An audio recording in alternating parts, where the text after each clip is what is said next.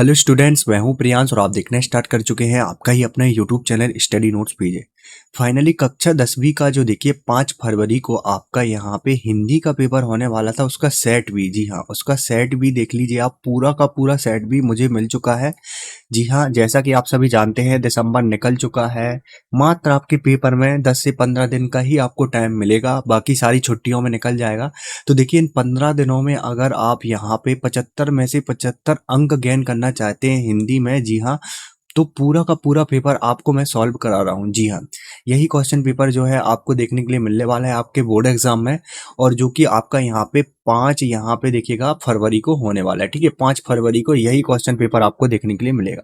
तो जैसे ही आपको क्वेश्चन पेपर मिलेगा, सबसे पहले यहाँ पे जो है आपको अपना बोर्ड एग्जाम का जो रोल नंबर प्रवेश पत्र में मिलेगा वो यहाँ पे फिल कर लेना होगा।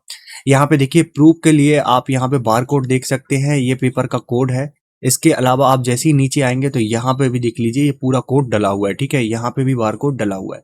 तो यही क्वेश्चन पेपर जो है आपको देखने के लिए मिलने वाला है आपके एग्जाम में। इसलिए इस वीडियो को लाइक करिए, चैनल को सब्सक्राइब करिए और इस वीडियो को ज़्यादा से ज़्यादा यहाँ पे शेयर करना है। ठीक है, कुछ इस प्रकार से जो है निर्देश रहेंगे, जो कि आपको निर्देश सारे के सारे देख लेने होंगे।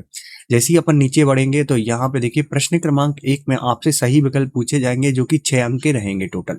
तो पहला सही विकल्प जो है आपको देखने के लिए मिलेगा, जिसमें कि पूछा जाएगा सांप के डर से घबराए भोलानाथ कहाँ जाकर छिप गए थे। ठीक है, तो जो आपका भोलानाथ वाला चैप्टर है उसमें ये प्रश्न जो है सही विकल्प के रूप में पूछा गया था कि जो सांप का डर उनको लग गया था भोलानाथ को, तो वो कहाँ पर जाकर छिपे हुए थे। तो देखिए उस पार्ट के हिसाब से जो है इसका सही आंसर ऑप्शन खा हो जाएगा। ठीक है, उस पार्ट के हिसाब से सही आंसर ऑप्शन गा हो जाएगा। ठीक है, माँ के आंचल में वो छिप गए थे। ठीक है, माँ के आंचल में जाकर के जो है भोलानाथ छिप गए थे, जो है आपके पाठ्य पुस्तक भोलानाथ से ये प्रश्न पूछा गया है। नेक्स्ट है आपका वाच्य कितने प्रकार के होते हैं। तो वाच्य जो है आपके 3 प्रकार के होते हैं। कितने प्रकार के? 3 प्रकार के होते हैं वाच्य। तो 3 प्रकार का जो है ऑप्शन का एकदम करेक्ट हो जाएगा। एकांकी में कितने अंक होते हैं? साफ समझ में आ रहा है, एकांकी मतलब कि 1 अंक। ठीक है, कितने अंक होते हैं? 1 अंक। ऑप्शन घ एकदम करेक्ट हो जाएगा। ठीक है, आंसर भी ऊपर ही लिखा हुआ है 1। इसके बाद अपन नीचे बढ़ेंगे। जीवन का समग्र चित्रण किसमें होता है? आप सभी को पता ही होगा, महाकाव्य में होता है। हमेशा किसमें होता है? महाकाव्य में। इसके बाद अपन आगे बढ़ेंगे। सीता के विवाह की स्वयंवर में शर्त रखी गई थी। तो देखिए किसके स्वयंवर में शर्त रखी गई थी? शिव के धनुष तोड़ने की जो है वो स्वयंवर में यहाँ पे शर्त रखी गई थी। शिव का जो धनुष था उसको जो भी तोड़ता तो उसका सीता से विवाह हो जाता। रावण तोड़ नहीं पाया था, श्री राम जी ने तोड़ा था। ठीक है, उद्धव ने गोपियों को किसका यहाँ पे संदेश दिया है? तो उद्धव ने जो है गोपियों को योग का संदेश दिया है। ठीक है, किसका संदेश दिया है? योग करने का। नेक्स्ट अपन आगे बढ़ेंगे। रिक्त स्थान पूछे गए हैं, टोटल 6 अंक के रिक्त स्थान है, जिसमें पहला रिक्त स्थान है ड्राइवर कम गाइड का नाम क्या था। तो ड्राइवर कम जो है गाइड का नाम था जितेंद्र नाग। ठीक है, इसका आंसर जितेंद्र नाग हो जाएगा। नेक्स्ट है आपका अर्थ के आधार पर वाक्य कितने प्रकार के होते हैं। तो देखिएगा अर्थ के आधार पर वाक्य जो है 8 प्रकार के होते हैं। बिस्मिल्लाह खां खालिस्तान मंदिर में रोजाना शहनाई बजाते थे। तो बिस्मिल्लाह खां जो है वो देखिएगा बालाजी के मंदिर में हमेशा शहनाई बजाते थे। इसके बाद नेक्स्ट है आपका जिसके कारण स्थायी भाव जागृत होता है आलम्बन कहलाता है। कामायनी एक जो है आपका क्या है? आप सभी जानते ही होंगे कामायनी क्या है, ये जरूर आप कमेंट करके बताइएगा। ठीक है, कामायनी हम जानना चाहते हैं कितने स्टूडेंटों को पता है कामायनी क्या है, महाकाव्य या फिर खंड काव्य। ये क्वेश्चन आप कमेंट करके बताएंगे, मैं समझ जाऊंगा आप वीडियो सही से देख रहे हैं और समझ रहे हैं क्वेश्चन को। बिहारी खालिस्तान के प्रमुख कवियों में से एक है। तो देखिए बिहारी जो है रीतिकालीन कवि है। ठीक है, कौन से कवि है? रीतिकालीन। सही जोड़ियां मिला करके हमें यहाँ पे आंसर देने थे। टोटल 6 अंक की सही जोड़ियां हैं। प्रश्न है हमारा मैया। तो मैया का मिलान किससे करेंगे? मैया का जो मिलान है आपको यहाँ पे करना है कड़वा तेल लगाती है। ठीक है, प्रश्न क्रमांक जो है आपका खा नंबर सही हो जाएगा पहले का। ठीक है, मैया का आप मिलान करेंगे कड़वा तेल लगाती है। ठीक है, नेक्स्ट है आपका क्रिया विशेषण। तो क्रिया विशेषण जो है आपका क्रिया के परिणाम के बोध क्रिया का परिणाम का बोध एकदम करेक्ट हो जाएगा। नेताजी की प्रतिमा, तो नेताजी की जो प्रतिमा है वो है आपकी यहाँ पे कस्बे के चौराहे पर, ठीक है, कस्बे के चौराहे पर है। नवाब साहब, तो नवाब साहब ने जो है 2 खीरे खरीदे, ठीक है, 2 खीरे खरीदे उन्होंने, नवाब साहब ने। श्रृंगार रस जो है, श्रृंगार रस जो है वो किसका स्थायी भाव है, वो है आपका रति का, ठीक है, रति का स्थायी भाव है, तो इसमें रति आप भर देंगे। योग का संदेश किसने दिया था, उद्धव जी ने दिया था, अभी अपन ने पढ़ा भी था, ठीक है, तो ये जो है छठवां आंसर इसका करेक्ट हो जाएगा। आगे बढ़ेंगे, सत्य सत्य के रूप में जो क्वेश्चन पूछे गए। मैं क्यों लिखता हूं कि लेखक कौन है, मैं क्यों लिखता हूं कि लेखक अज्ञे जी हैं, एकदम सत्य हो जाएगा, ठीक है। सारे देश में आस्थाएं अंधविश्वास एक से नहीं है, तो ये जो है एकदम असत्य हो जाएगा, ठीक है। आस्थाएं जो है अंधविश्वास एक से नहीं है, एकदम इनकरेक्ट हो जाएगा पाठ के हिसाब से। जिस क्रिया का प्रभाव कर्म पर पड़ता है वह सकारात्मक क्रिया होती है, एकदम करेक्ट हो जाएगा। बाल गोविंद भगत अपनी खेती की पैदावार सबसे पहले कबीर मठ पर लेकर जाते थे, तो एकदम सत्य हो जाएगा। चौपाई में 24 मात्राएं होती हैं, असत्य हो जाएगा, ठीक है। मात्राएं कितनी होती चौपाई में, कमेंट करके बताइएगा। 24 नहीं होती है। जयशंकर प्रसाद ने मधुर स्वप्न देखे, वे पूरे हो गए थे, तो ये भी आपका असत्य हो जाएगा, उनके स्वप्न पूरे नहीं हो पाए थे, ठीक है।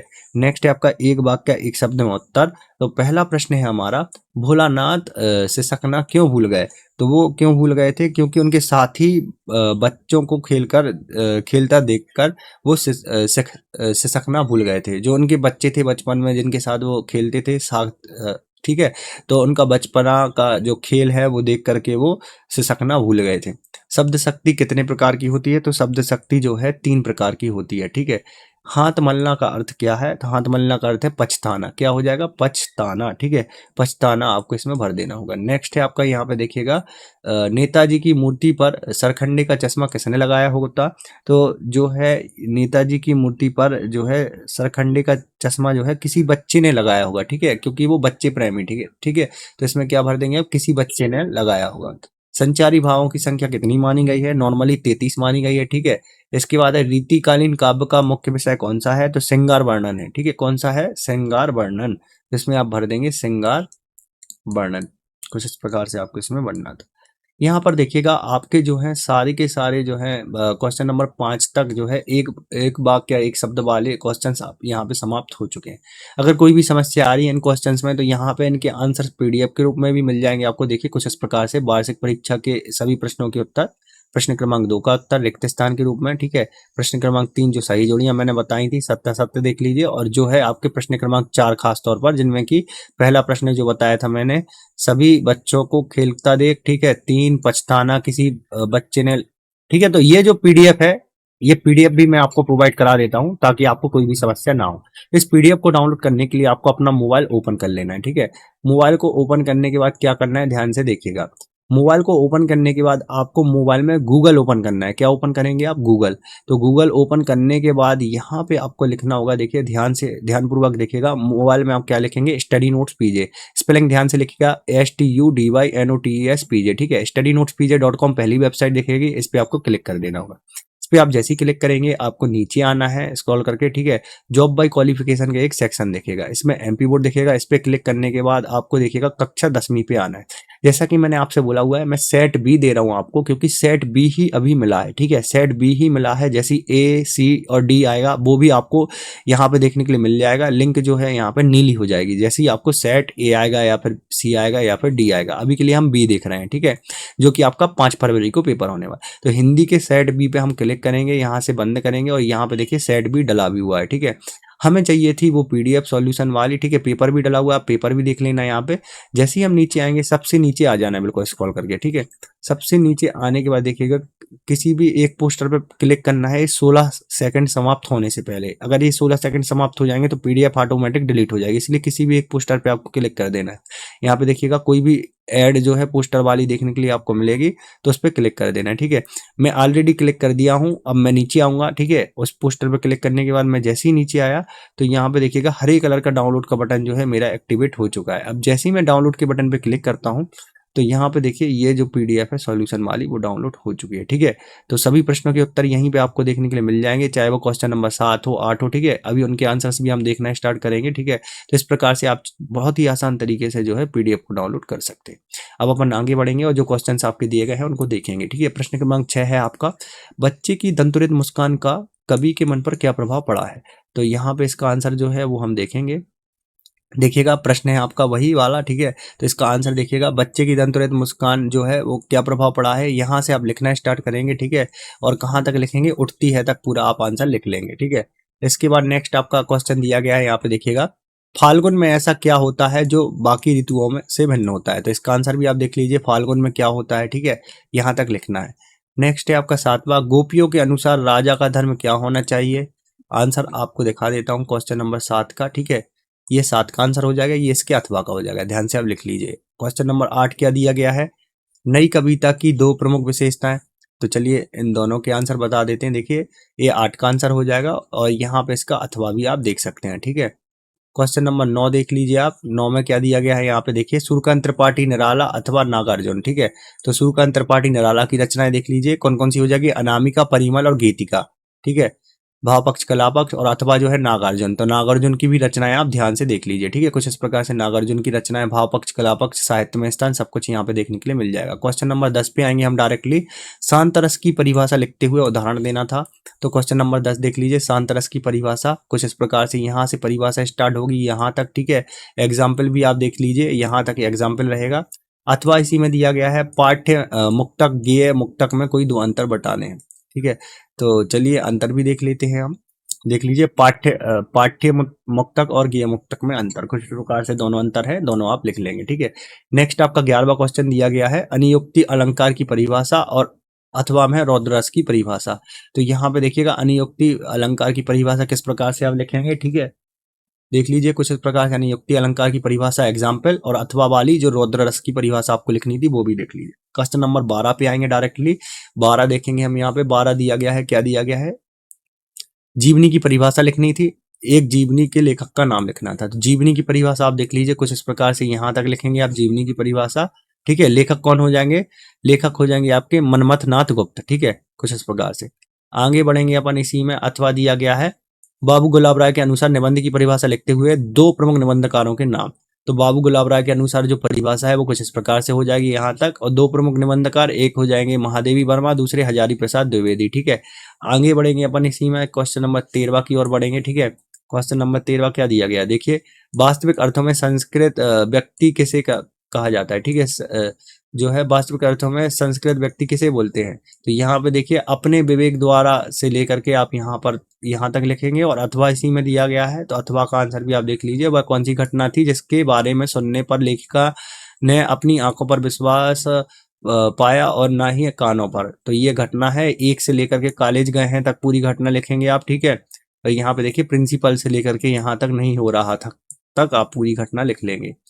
इसके बाद क्वेश्चन नंबर यहाँ पे 14वां है, एक कहानी यह भी आत्मकथ्य के आधार पर यहाँ पे आंदोलन के परिदृश्य का चित्रण करते हुए मुन्नू जी की भूमिका रेखांकित करनी थी। ठीक है, तो यहाँ पे ये प्रश्न है आपका, और इसका आंसर आप भारत छोड़ो आंदोलन से लेकर के रहा तक पूरा लिखेंगे। और इसी में अथवा जो पूछा गया है यशपाल जी द्वारा। ठीक है, लेखक यशपाल जी को नवाब साहब के किन किन हाव भावों में महसूस किया गया, उनसे बातचीत करने के लिए तनिक उत्सुकता नहीं थी। तो इसका आंसर भी आप यहाँ तक लिख लेंगे। ठीक है, क्वेश्चन नंबर 15 का आंसर देखेंगे हम। ठीक है, क्वेश्चन नंबर 15 में मुन्नू भंडारी और रामरक्ष बैनीपुरी। ठीक है, तो मुन्नू भंडारी जी की रचनाएं मैं हार चुकी हूँ और एक प्लेट सैलाब, और इनकी जो भाषा शैली है कुछ इस प्रकार से थी, और इनकी जो है यहाँ पे रामरक्ष बैनीपुरी जी की रचनाएं देख लीजिए आप कुछ इस प्रकार से, माटी की मूर्तें और लाल तारा आदि, और भाषा शैली कुछ इस प्रकार से। ठीक है, क्वेश्चन नंबर 16 देखेंगे, इसी में अपन आगे बढ़ेंगे। क्वेश्चन नंबर 16 देखिएगा, अंधे की लाठी, पहाड़ टूटना और दांत खट्टे करना मुहावरों के अर्थ बताने थे। तो यहाँ पे देखिए, अंधे की लाठी एकमात्र सहारा, पहाड़ टूटना गंभीर संकट आना, दांत खट्टे करना हराना। ठीक है, और इनके वाक्य प्रयोग आप अपने हिसाब से कर लीजिएगा। अथवा दिया गया है, अथवा में क्या है, इसमें देखिएगा 2-2 शब्दों को अलग अलग करके वाक्य प्रयोग करना था। तो यहाँ पे देखिए, आज कुल कितने बच्चे आए हैं। ठीक है, तो और दूसरा है राम कुल संसार में प्रसिद्ध है। ठीक है, 2 शब्दों को अलग करके इनका आंसर हमने कर दिया है। क्वेश्चन नंबर 17 देखेंगे हम, डायरेक्टली आएंगे 17 पे। 17 दिया गया है, कवि श्वेत कुत्तों का भी रंगीन पताकाओं का फहराना किन किन अलग अलग अवसरों की यहाँ पे संकेत की ओर इशारा करता है। तो इसका आंसर आप देख लीजिए, यू मांग के मार्गदर्शन में श्वेत पताकाएं लगी थी, यहाँ से लेकर के फहराते हैं तक आंसर लिखेंगे। और अथवा जो दिया गया है इसी में देखिएगा, माता का आंचल पाठ में बच्चों को जो दुनिया रची गई है वह अपने बचपन की दुनिया किस प्रकार भिन्न है। ठीक है, इसका आंसर आप देख लीजिए, माता के आंचल वाले पाठ का चिंता तक आप लिखिएगा जल्दी से। और यहाँ पे नीचे आएंगे तो यहाँ पे देखिएगा, मैं से लेकर के अलग है तक पूरा आप लिखेंगे। ठीक है, यहाँ तक था। इसके बाद अपन जैसे ही आगे बढ़ेंगे तो क्वेश्चन नंबर 18 आपको देखने के लिए मिलेगा, जिसमें कि देखिएगा संदर्भ प्रसंग और भावार्थ लिखना है। उज्जवल वाला एक दिया गया है और एक दिया गया है हमारे हरी चक्री तक, ये अथवा वाला है आपका। ठीक है, और ऊपर वाला जो है 18वां क्वेश्चन है। तो 18वें का संदर्भ प्रसंग और भावार्थ देख लीजिए, आप कुछ इस प्रकार से लिखेंगे। ठीक है, इसमें विशेष भी लिखना है, काव्य सौंदर्य, और इसी का अथवा भी देखेंगे हम। तो अथवा देखिएगा संदर्भ प्रसंग और भावार्थ कुछ इस प्रकार से आप लिखेंगे। ठीक है, आगे बढ़ेंगे 19वां पे आएंगे सीधे। इसमें भी गद्यांश दिया गया है 19वां में, देखिएगा आगे बढ़ते हैं अपन।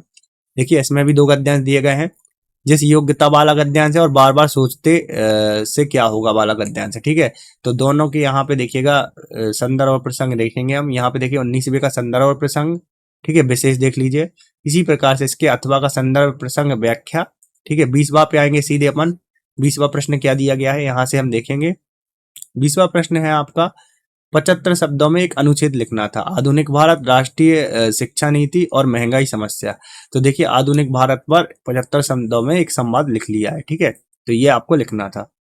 21वां पे आएंगे सीधे। यहाँ पे देखिए गद्यांश दिया गया है, इसका शीर्षक लिखना था। ठीक है, और सारांश लिखना था, और यहाँ पे जो है इसका आंसर देना था तीसरे क्वेश्चन का।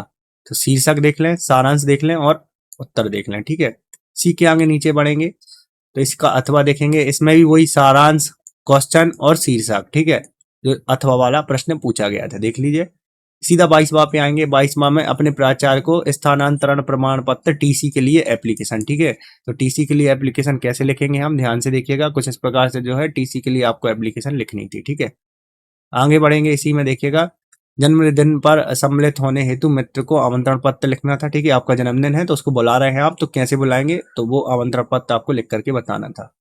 इसके बाद सीधा सा विज्ञान बढ़ते चरण, मतलब कि जो है आपका वंडर ऑफ साइंस का जो निबंध पूछा गया है वो कुछ इस प्रकार से आपको लिखना था। प्रस्तावना, विज्ञान वरदान के रूप में, खाद्यान्न क्षेत्र में, ठीक है, उद्योग के क्षेत्र में, शिक्षा के क्षेत्र में, आवागमन के क्षेत्र में, चिकित्सा के क्षेत्र में, ये सारा जो है निबंध आपको लिखना था उपसंहार तक। देखिएगा कौन कौन से निबंध पूछे गए हैं देख लेते हैं।